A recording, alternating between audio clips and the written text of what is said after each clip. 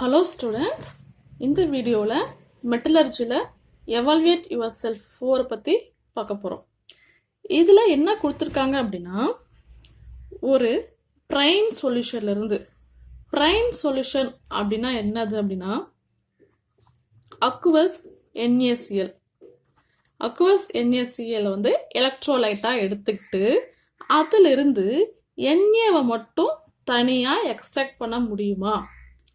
அப்படி எக்ஸ்ட்ராக்ட் பண்ணுறதுக்கு ட்ரை பண்ணும்போது இந்த எலக்ட்ரோலைட்டிக் சொல்யூஷன் இருக்கு இல்லையா, இது வந்து பேசிக் நேச்சராக மாறிடுது அப்படிங்கிறாங்க. இது வந்து கேத்தோட் ஆனோடு ரெண்டும் எடுத்துக்கிறாங்க. கேத்தோட்னா நெகட்டிவ், ஆனோட்னா பாசிட்டிவ். இப்போ இது வழியாக கரண்ட் வந்து சப்ளை ஆகும்போது NaCl வந்து ரிடியூஸ் ஆகாமல் இந்த சொல்யூஷன் வந்து பேசிக் நேச்சுராக ஆயிடுது.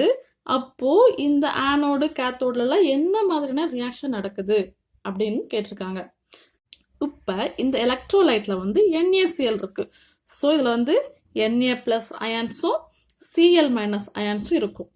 அதே மாதிரி அக்வஸ் அப்படின்னா கண்டிப்பாக அதில் வந்து வாட்டர் இருக்கும். ஸோ அதோடைய அயான்ஸும் இருக்கும்.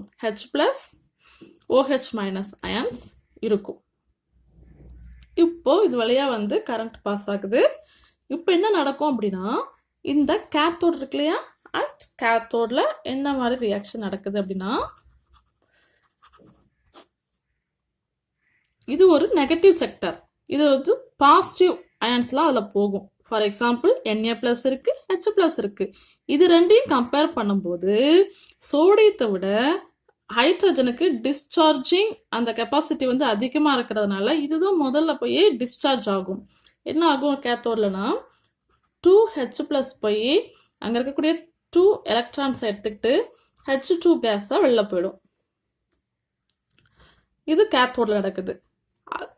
அதுக்குள்ளே என்ன நடக்கும் அப்படின்னா, இந்த சோடியமும் ஹைட்ராக்சைடு என்ன பண்ணும், சோடியம் ஹைட்ராக்சைடாக ஃபார்ம் ஆகிடும்.